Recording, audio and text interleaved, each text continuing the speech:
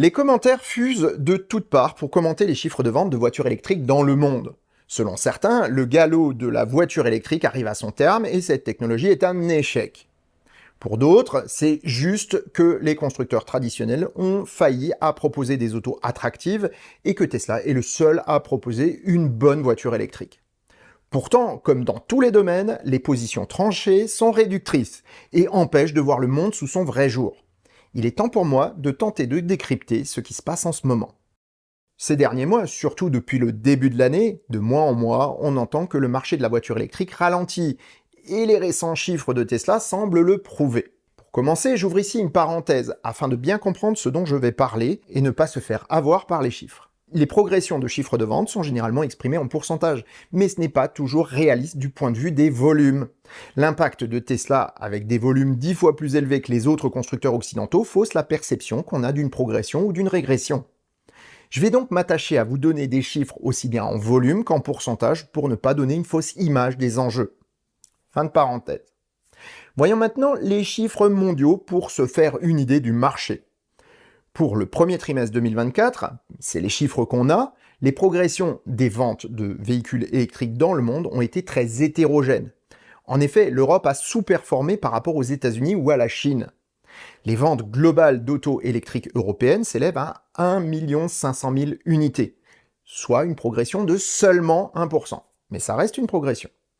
Pendant ce temps, la Chine progresse de 30% avec 4 100 000 véhicules, les États-Unis de 10% avec 800 000 véhicules et le reste du monde de 26% avec 600 000 véhicules.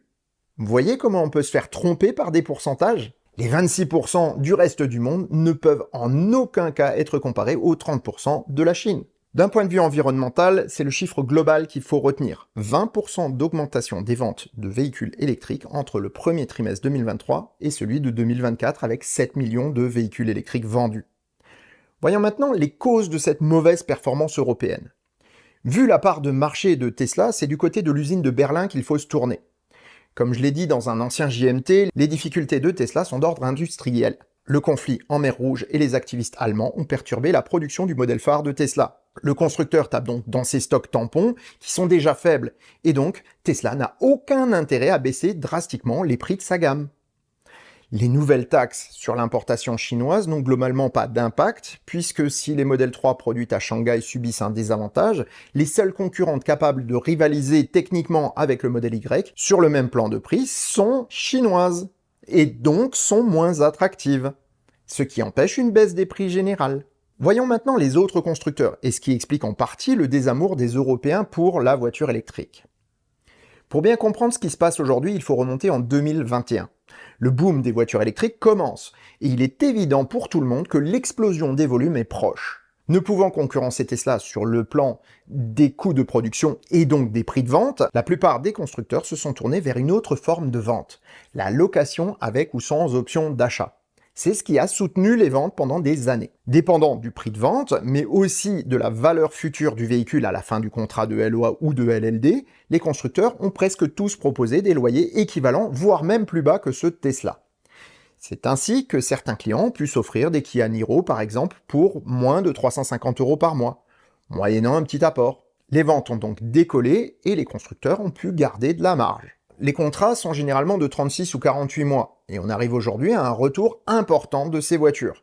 Les constructeurs avaient basé leur stratégie sur des valeurs de rachat élevées pour proposer des prix bas, comptant sur des tarifs soutenus en occasion. C'est une stratégie que pratiquent déjà plusieurs marques allemandes, comme BMW ou Volkswagen.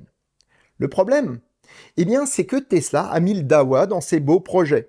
Avec une baisse substantielle de ses prix du neuf ayant pour corollaire une baisse des prix en occasion, les concessionnaires se sont vus inondés d'autos bien plus chers que les prix de vente du marché. Il devenait moins cher, mensuellement parlant, d'acheter un véhicule neuf en LOA ou en LLD qu'une occasion à crédit.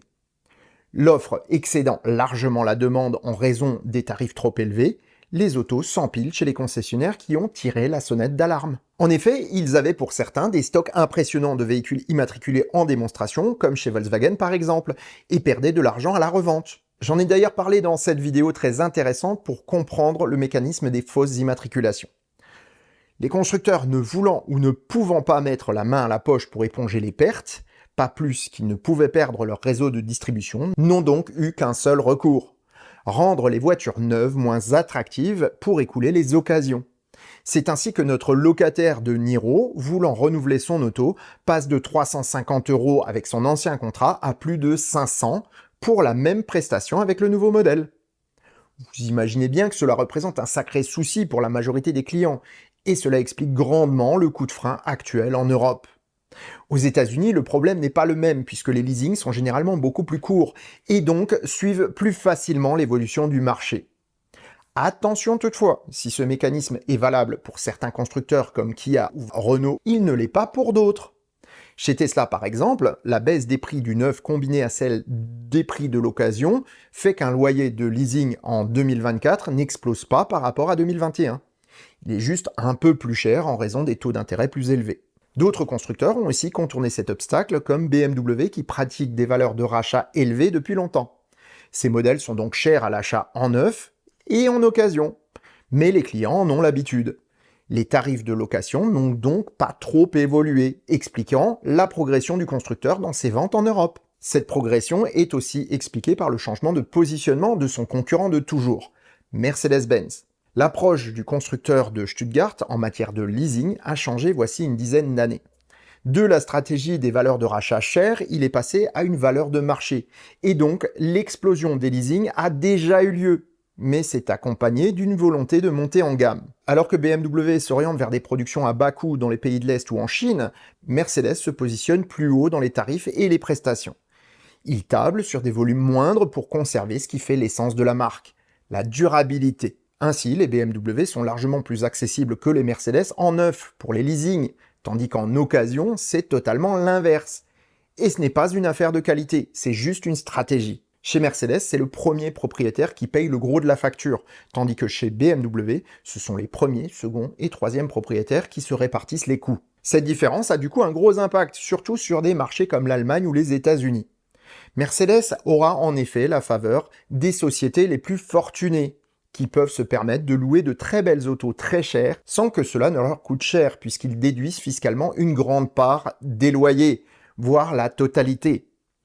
Les sociétés un peu moins fortunées se tourneront plutôt vers BMW pour réduire la pression sur leur trésorerie, mais au final ne payeront pas moins cher, impôt déduit, que pour une Mercedes. Pour le particulier, bien évidemment, c'est complètement différent.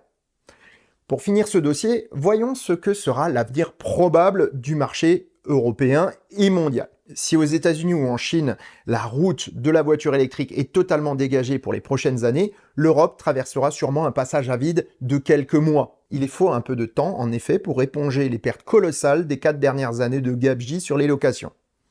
Une fois le marché de l'occasion récente assaini, la progression reprendra et s'amplifiera, car les constructeurs qui font le job proposeront des autos moins chères à prestations égales et les clients économiseront beaucoup sur leur usage de la voiture grâce à des coûts de fonctionnement largement plus bas que pour une thermique ou une hybride. Les chiffres commencent déjà à le montrer. L'Europe ne va pas aller à contre-courant du monde. La situation actuelle n'est qu'un accident de parcours dû à des circonstances et des décisions malheureuses.